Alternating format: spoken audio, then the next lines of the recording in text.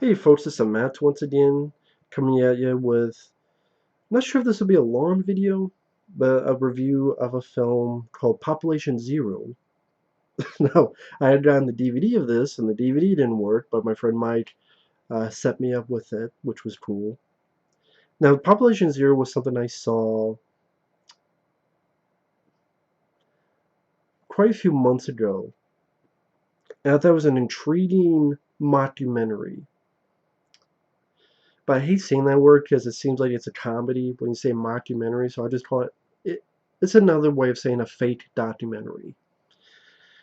I think I first saw this because I was in this sort of phase of found footage movies, wanting to find gems in the realm of found footage flicks. And this was labeled as a found footage film, but not really. I mean, more fake documentary than found footage. And sometimes it's labeled as a horror movie. It's not at all. Not even close. It's not even a thriller. It's more of a drama. That's really what it is, a drama, teeniest bit of a crime drama, but I don't think this is a film that would be for everybody. I think quite a few people will find it lethargic, slow, boring. But I didn't, because I thought it was an interesting story. At the end of the day, I thought it was a really cool, interesting story.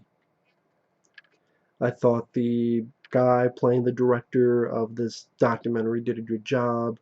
I thought it had some really nice visuals, nice looks of the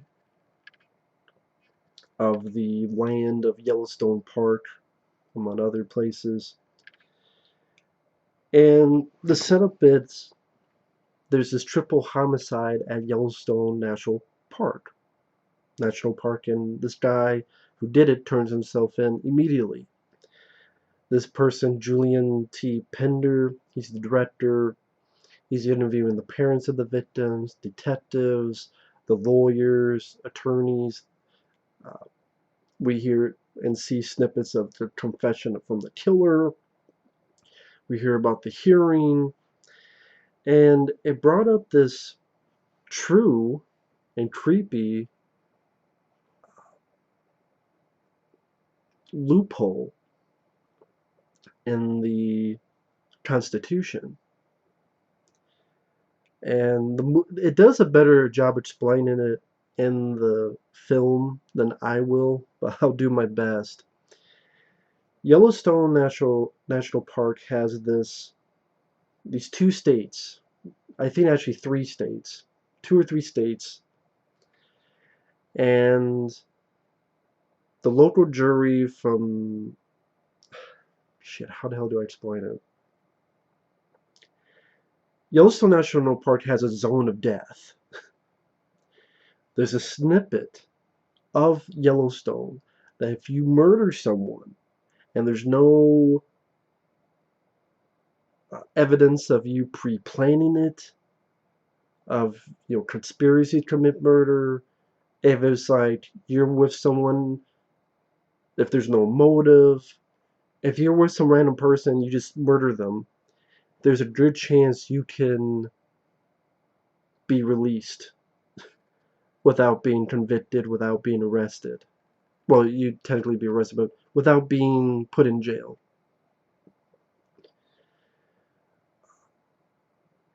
And it deals with how when you're arrested, you need to be judged by a jury that comes from that area, but at the same time, no one lives in that area, hence the title Population Zero. So since no one lives in that area, technically you can't have a jury from that area. Thus, through the Constitution, you can't be tried, or you can be tried, but you can't be, we gotta release you. The movie explains it better than I could. But if you look it up, Yellowstone National Park Zone of Death, which actually I should just look that up now. I should have done that. It's a really creepy notion. And like the entire movie isn't about that, but they do mention it, and it's just a very. I never knew this was a real thing. Yep, I just type Yellowstone Zone of Death in Google, and there's a bunch of articles about it. 50 square miles that, if done the right way, you can get away with murder.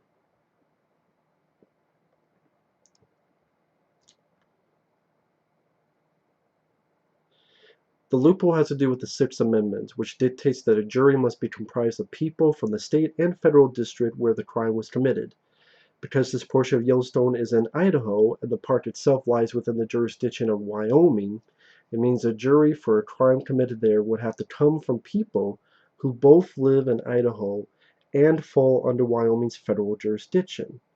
It would be an impossible jury to form, as this uninhabited part of the park is the only place to fit such criteria.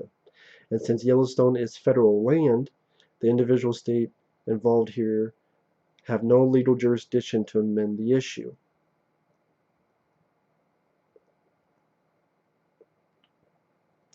This was brought up in 2005, but no action has taken place. Federal legislators have failed to take any action over it. So that was cool. I mean, it brought up something that I never knew about in the US, the zone of death. And that's sort of the setup to the story that the film tells, where this director, cameraman's with him.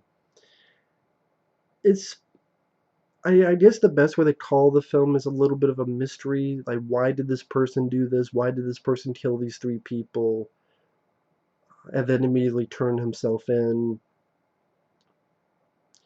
And again, if you're looking for action, horror, thrills, this is not your movie.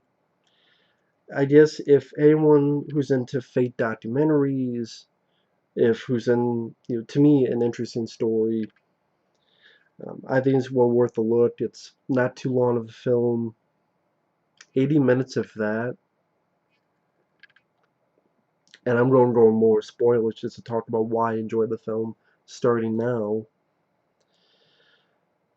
where the director's talking with close friends of the killer, and you hear about what happened with the killer, how there was a house fire, and his child died, and his wife got cancer, and when his wife got cancer, they were having another baby, and it was premature, and just more about the director of this documentary looking into the investigation. At one point, this package is left at his motel door, and there's a chip in it for a phone, and the murders were recorded. And then you find out that one leads to another. This other thing I didn't know much about.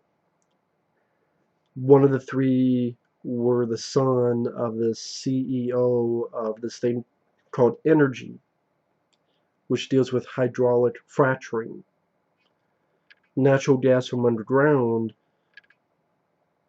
they use this toxic fluid injected, which fractures the rock and releases this gas, and how it could be sort of a dangerous thing. And apparently this is a real thing too, which again I didn't know about. And how this stuff might have caused the fire, which murdered this guy's kid, and helped his wife get cancer, and his son was born with defects. It was caused by the same energy, and one of the kids was the son of the CEO, and this was sort of this guy's weird revenge on this guy. And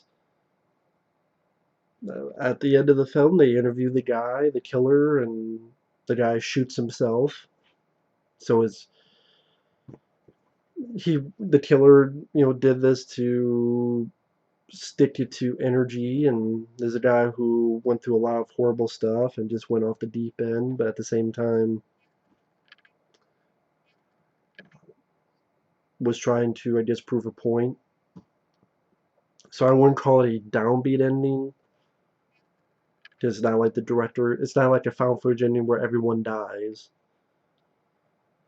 But yeah, I just thought it was sort of an interesting little mystery tale. At the end of the day, I just like the story of the film.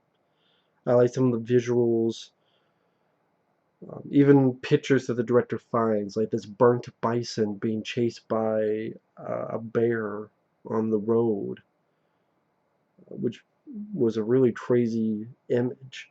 image. And yeah, I thought it was well photographed. I thought the director did a decent job. Julian T. Pender, the director of the film. I thought it worked well as a fake documentary. It didn't look shitty. It didn't look poorly done. The guy actually has done real documentaries in the past, so he knew how to make it look legit. And it brought some interesting ideas I never heard about. The zone of death, this whole thing called uh, hydraulic fracturing, which is also known as fracking. And overall, I thought it was just not what I thought when I first saw it. Again, I thought it was going to be this found footage horror movie. Not the case at all. It's not a horror film at all. It's not a found footage film at all. It's didn't, for me personally, an interesting tale about a little bit of environmentalism, a little bit of mystery, and what sadly one guy who lost too much and did the wrong thing to prove a point. I know I gave it away, but I did warn people ahead of time at the 7-minute mark. But yeah, I thought it was I keep repeating this, it was an interesting story to me. Again, it was well put together, editing wise. I think a lot of people find it slow, boring. I didn't. I thought it was a short enough film that it did not bore me at all. I thought it had some, again, nice visuals of the landscape of Yellowstone, some pretty pictures. And I would say if for people who are into mockumentaries, fake documentaries, or if you looked at the synopsis and the story intrigued you any at all, I think it's worth a look.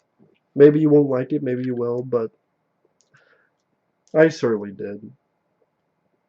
But anyway, it's a shorter than usual video for me. Thanks for watching. Take care, and we will see you later. Bye bye.